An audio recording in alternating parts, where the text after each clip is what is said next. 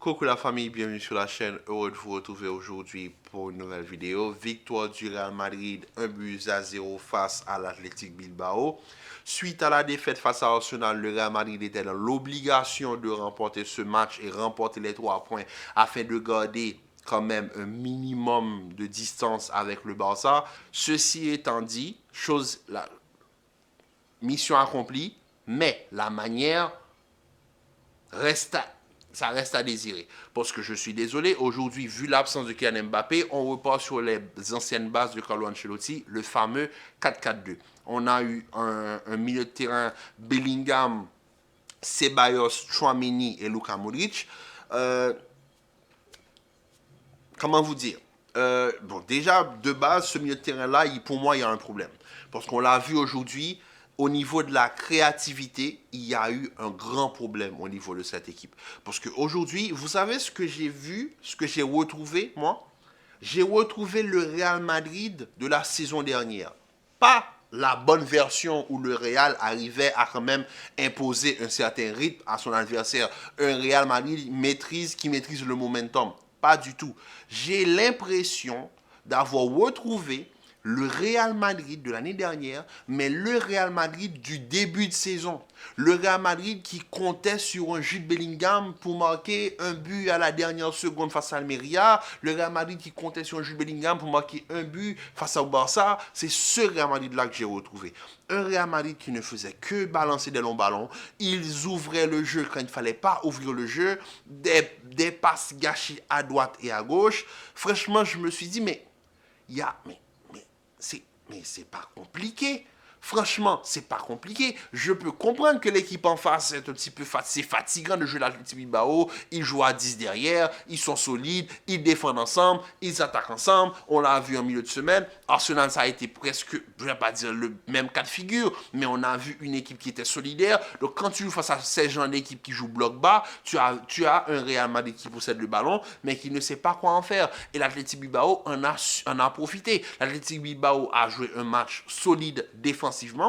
Et je pense qu'ils étaient dans l'optique d'attendre la moindre petite erreur comme le Real l'a fait face à Arsenal pour les punir. Ils ont tenté de lancer des longs ballons. Heureusement que derrière, tu as un défenseur qui est en train de prendre ses marques, qui est en train de s'imposer dans cette équipe du Real Madrid en la présence de Raúl Asensio. Asensio aujourd'hui en couverture, c'est pour moi une top performance. Il est venu, il a fait son travail. Oui, il est obligé de se sacrifier parfois sur certains ballons, comme par exemple quand il prend son carton jaune, mais je pense que c'est ce qu'on appelle un carton intelligent, où il sait que le joueur a le dessus, mais il sait qu'il est en retard, mais il fait une faute intelligente afin de casser l'attaque de l'Athletic Bilbao. Maintenant, ceci étant dit, pourquoi Asensio doit être autant vigilant? C'est parce que le Real Madrid, au niveau du milieu de terrain, la créativité, elle est inexistante. Et pourquoi la créativité est inexistante? C'est à cause de ce quatuor que tu nous alignes en début de match. C'est pas compliqué dans le football. On vous dit qu'un milieu à 4, il n'y a pas de problème, un milieu à 4 resserré. C'est-à-dire que tu vas jouer dans l'axe. Tu vas avoir un milieu où il faut du mouvement. Comment tu penses jouer avec un milieu où tu as Modric, Ceballos et Bellingham? Modric, Ceballos et Bellingham. Dans ce système-là, il n'y a rien qui va. Premièrement, Modric, c'est un créateur qui joue beaucoup plus haut sur le terrain.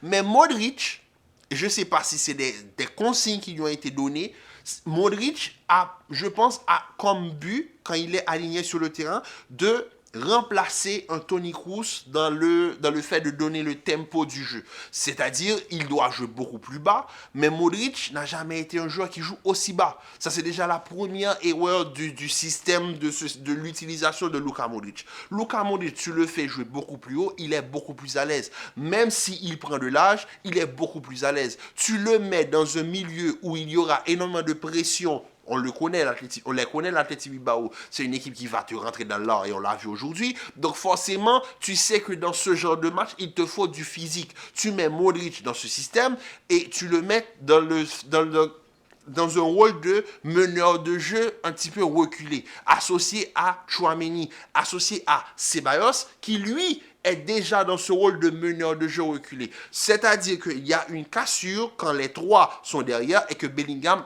est devant. Aussi simple que ça. Bellingham, on le met comme l'année dernière derrière les deux attaquants, c'est-à-dire c'est lui qui doit prendre l'espace quand les deux ouvrent sur le côté, même si les deux ouvrent jamais, ils vont toujours sur le même côté, mais quand les deux s'écartent pour aller faire le jeu, Bellingham doit attaquer la surface. Mais vu qu'il y a une cassure entre les trois de derrière et Bellingham, Bellingham dézone énormément, ce qui fait que Bellingham ne peut pas avoir le même rendement qu'il y avait l'année dernière. Et la différence qu'il y a entre ce Real Madrid de l'année dernière et ce Real Madrid qu'on a cette année, et même ce Real Madrid là, cette équipe-là d'aujourd'hui, d'aujourd'hui là, c'est que le milieu de terrain n'est pas équilibré. L'année dernière, quand tu jouais avec un numéro 6 qui était en la présence de Tchouaméni ou bien Camavinga et que tu avais un Toni Kroos qui était le meneur de jeu reculé qui s'occupait de donner le tempo et que tu avais un Valverde qui t'apportait ce côté physique, intensité et qui faisait le lien entre Tony et Bellingham, tu avais cet équilibre dans le jeu, ce qui permettait à Bellingham de dézonner beaucoup moins et d'être plus focus sur les tâches offensives. Malheureusement, aujourd'hui, on n'a pas eu ça du tout. On a eu droit à deux meneurs de jeu reculés qui jouaient très bas sur le terrain, à côté de Tchouaméni qui, lui, était en train d'essayer de stabiliser devant la défense. Et quand il récupère le ballon, les trois, ils ne peuvent pas avancer. Tout simplement parce qu'il n'y a pas ce joueur-là, ce joueur qui va venir faire le lien et il y a un manque d'équilibre et tout simplement tu ne peux faire absolument rien quand tu as le ballon. C'est pour cela qu'aujourd'hui on a eu droit à des longs ballons comme à l'accoutumée de toute façon, mais des longs ballons, mais aujourd'hui énormément de déchets. Des ouvertures quand c'est pas nécessaire, des ouvertures sur des joueurs qui sont ultra manqués. Et ça, c'est déjà dans le jeu de passe. Mais moi, ce qui me dérange, c'est surtout au niveau du déséquilibre. Aujourd'hui, dans ce système de 4-4-2, c'était dans l'optique, je pense, de non seulement essayer de retrouver des couleurs suite à la défaite face à Arsenal, je sais que ce 4-4-2 a été un 4-4-2 de fortune parce que Kylian est suspendu, mais quand même dans ce 4-4-2, je pense qu'on était dans l'optique aussi de remettre à cela, de redonner un petit peu de couleur à un Vinicius. Force est d'accepter que cette saison, Vinicius, il est complètement passé à côté et aujourd'hui, lors de ce match, il est complètement passé à côté. Parce que aujourd'hui, tu ne peux pas me dire qu'avec tous les déchets que tu vois que Vinicius a lors de ce match, il essaie de faire des différences. Il fait des différences parfois, mais tu vois qu'il est là à forcer dans l'individualisme et que tu fais encore sortir Rodrigo, il faut se poser les bonnes questions. Il faut se poser les bonnes questions. Parce que tu ne peux pas m'expliquer qu'aujourd'hui, tu vois le match de Vinicius et que tu dis que Vinicius t'a donné un rendement positif. Je suis désolé. Oui, il marque un but à cause du hors-jeu de Hendrick suite à cela. Mais même là, quand il y a des ballons, il se trouve ultra fermé. Il n'y a personne qui vient l'aider. Mais lui, il ne cherche pas aussi la facilité. C'est ça le problème avec Vinicius. L'année dernière, il y avait cette facilité quand il pouvait trouver les gars. Malheureusement, cette année, il est dans l'optique. Je ne sais pas ce qui se passe dans sa tête. Je ne sais pas. Parce que je pense qu'on parle beaucoup des Kylian, de la défense, des blessés. Je peux l'entendre. Que Carlo Ancelotti, bon, c'est pas celui qu'on pensait. Je peux l'entendre. Mais moi, j'ai juste une question. Le cas Vinicius, quand est-ce qu'on va en parler? Parce que je vois tout le monde parler du Real Madrid, je vois tout le monde parler du niveau de l'équipe, je vois tout le monde parler du niveau de Kylian, mais moi, je trouve qu'on passe Vinicius pas sous le radar. Je trouve. Parce que je trouve que c'est un sujet qui mérite vraiment qu'on se pose 2 minutes. Vinicius, cette saison, je sais, il est dans une optique de ballon d'or, la saison, elle est terminée.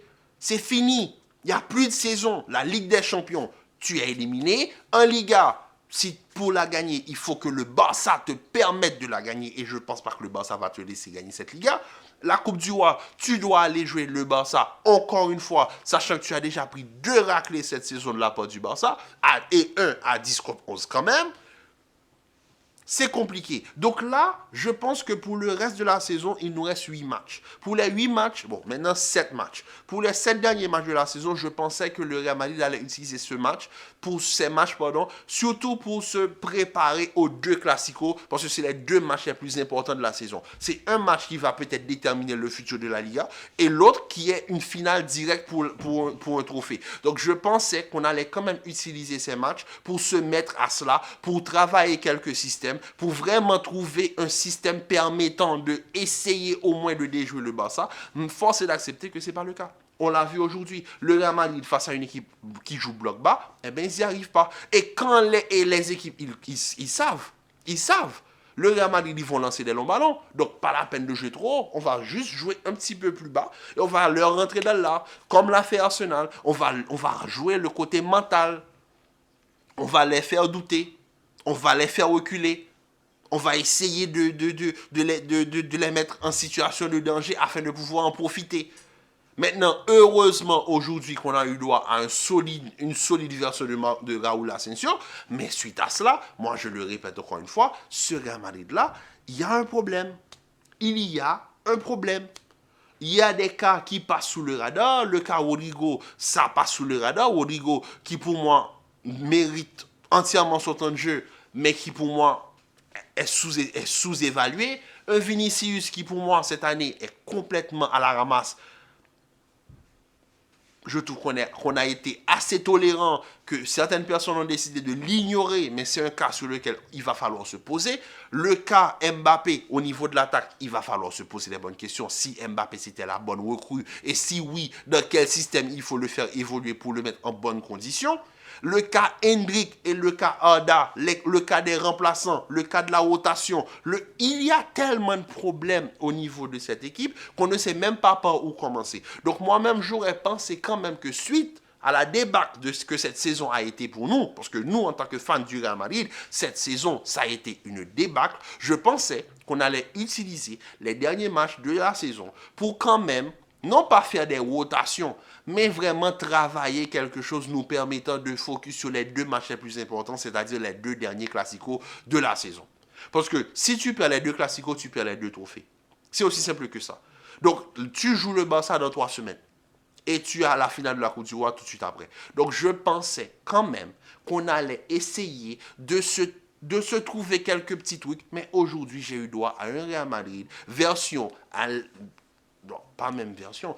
Le Real Madrid de l'année dernière, mais le Real Madrid du début de saison de l'année dernière. C'est-à-dire le Real Madrid qui ne peut que miser sur des actions collectives, que miser sur un fait de jeu. Par exemple, aujourd'hui, le but de Valverde, c'est très beau but de la part de Fede Valverde. Superbe frappe, bien tendu, pied tendu, il n'y a rien à dire. Excellent, superbe. Mais mon Dieu, la construction du but, c'est Brahim qui est tout seul au milieu de 4 joueurs de Bilbao. Il essaie de tenter un dribble face à 4 joueurs. Il essaie de tenter un dribble face à 4 joueurs. Le ballon rebondit, ça revient sur Fede, contrôle, enchaînement, frappe. Voilà. C'est ça. Suite à cela dans le jeu, il n'y a rien. Il n'y a absolument rien. En tout cas, moi je le dis, pour moi, la manière, elle n'est pas. Ça n'existe pas du côté du Real Madrid. Cette équipe-là, elle n'est pas bonne. Il n'y a pas de travail de fond. Ça se voit, ça se ressent. Je pense que maintenant, ceux qui disaient que moi, je ne faisais que critiquer, je pense que vous voyez ce que je veux dire quand j'explique mes vidéos. C'est pour cela que les dernières vidéos sont beaucoup plus longues, sont de 15-20 minutes parfois. Et parfois, je coupe pour que ça soit 12-15 minutes quand même. Mais pour vous dire que j'essaie d'aller dans les détails pour que vous compreniez ce que je veux dire. Je ne critique pas le Real Madrid parce que je veux critiquer Ancelotti ou je veux critiquer X, Y ou Z. Je critique parce que j'aime trop cette équipe pour voir que c'est ce qu'ils sont en train de nous proposer. L'année dernière, il y avait un minimum. Ils l'ont fait. On l'a vu, on l'a vécu. La saison, on a gagné la Liga et on a gagné la Ligue des Champions. Mais cette saison, elle est juste extrêmement pas bonne.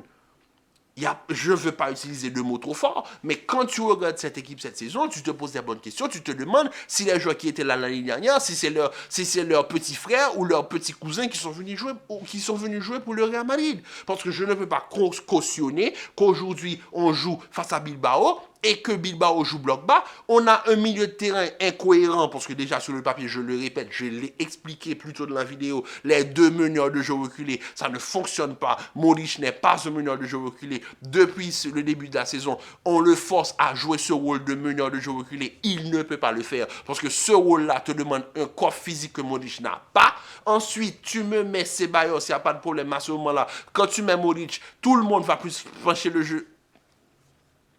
Tout le monde va plus pencher le jeu vers Luka Modric que Dani Ceballos, qui lui est devenu littéralement inutile sur le terrain. Donc son rôle à lui de temporiser, il ne peut pas le faire vu qu'il n'a pas de ballon. Et les rares fois qu'il a un ballon, il tente quand même des ouvertures pour aller beaucoup plus vite, parce que lui c'est son rôle. Mais vu qu'à chaque fois il essaie de tenter une passe à des joueurs qui sont marqués, vu qu'il n'y a pas de mouvement et que les deux de devant, c'est-à-dire Rodrigo et Vinicius, refusent de chacun prendre son côté et que les deux veulent jouer à gauche, il y a un problème. Donc à ce moment-là, si tu n'as pas quelqu'un pour vraiment mettre un coup de pied dans la fourmilière et dire que voilà ceci, voilà cela, si vous faites pas ce que je vous demande, vous ne jouerez pas, eh bien on n'ira nulle part. Cette saison, quand on regarde cette équipe du Real Madrid face à Arsenal, quand on regarde cette équipe aujourd'hui face à Bilbao, tu te dis comment vous pouvez encore avoir un peu d'espoir pour la fin de saison. Quand je regarde par exemple le Barça hier face à Celta Vigo, le Barça peut-être, oui, a donné des frayeurs aux fans hier, mais tu sentais que le Barça était maître de son football. Celta Vigo a toujours été une bête noire pour le Barça, mais n'empêche que le Barça, la victoire d'hier, pour moi, c'est une victoire de champion. Ils sont allés la chercher, ils l'ont eu. Aujourd'hui, nous, on est là face à Bilbao, on est là à miser sur une frappe, une action. Une action. Vinicius prend le ballon, il rentre tout seul, il tire le premier poteau. Oui, mais en jeu. Ok, Brahim, ça rebondit, Fede, et on est content. Donc c'est ça le football. Donc c'est ça le football. C'est ça le football. Et franchement. Vous voyez, je vais terminer cette vidéo sur une petite anecdote. Vous voyez, après mon bac, on nous a donné un petit coffret qui a une citation qui nous définit nous. Et pour moi, on avait dit, un homme doit choisir, en cela réside sa force, le pouvoir de ses décisions. Eh bien, je pense que c'est l'un des problèmes d'Ancelotti. Il ne peut pas prendre de décision. Il ne peut pas prendre de décision concernant cette équipe. Il ne peut pas prendre de décision cohérente par rapport à cette équipe. Ça, c'est un problème. En tout cas, bon, on continuera de suivre le Real Madrid pour le reste de la saison. Sur ce, la famille, prenez soin de vous. Commentez, likez et partagez. Restez en paix, en santé. Et on se dit à très vite pour une nouvelle vidéo. Peace.